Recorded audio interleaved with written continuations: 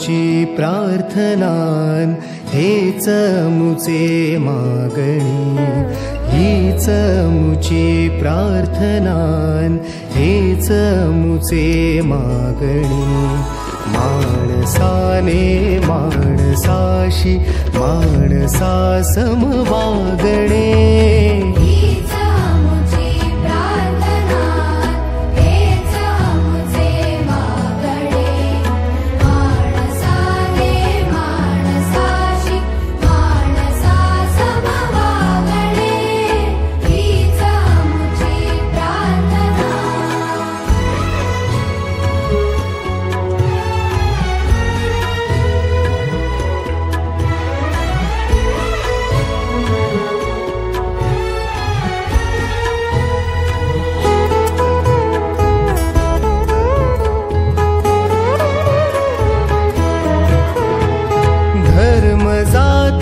प्रांत भाषा द्वेष सारे संपू दे. धर्म जाती प्रांत भाषा द्वेष सारे संपू दे. एक निष्ठा एक आशा एक रंगी रंगू दे.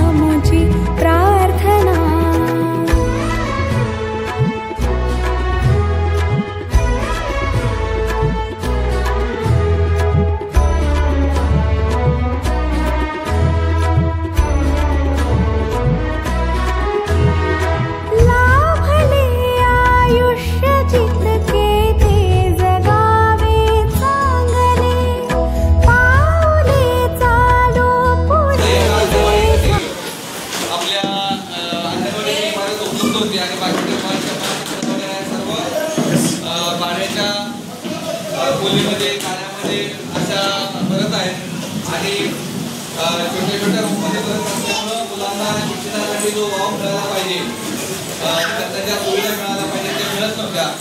परंतु गेल्या वर्षी आपल्या जिल्हा परिषदेचे सन्माननीय सदस्य सुरेश साहेब यांच्या प्रयत्नातून आपल्याला जिल्हा वार्षिक योजनेमधून एक अंगणवाडी चंद्रपाडा नंबर 2 ची मंजूर झाली आणि दुसरी अंगणवाडी आपल्या पंचायत समिती माजी पंचायत समिती सदस्य आपल्या शुभांगीताई यांच्या प्रयत्नातून म्हणजे जिल्हा पंचायत समितीचा जो पंचायत समितीचा महाविद्यालयाचा अनुदान असतं त्याच्यामधून सर्व सभासदांना ठराविक रक्कम दिली जाते.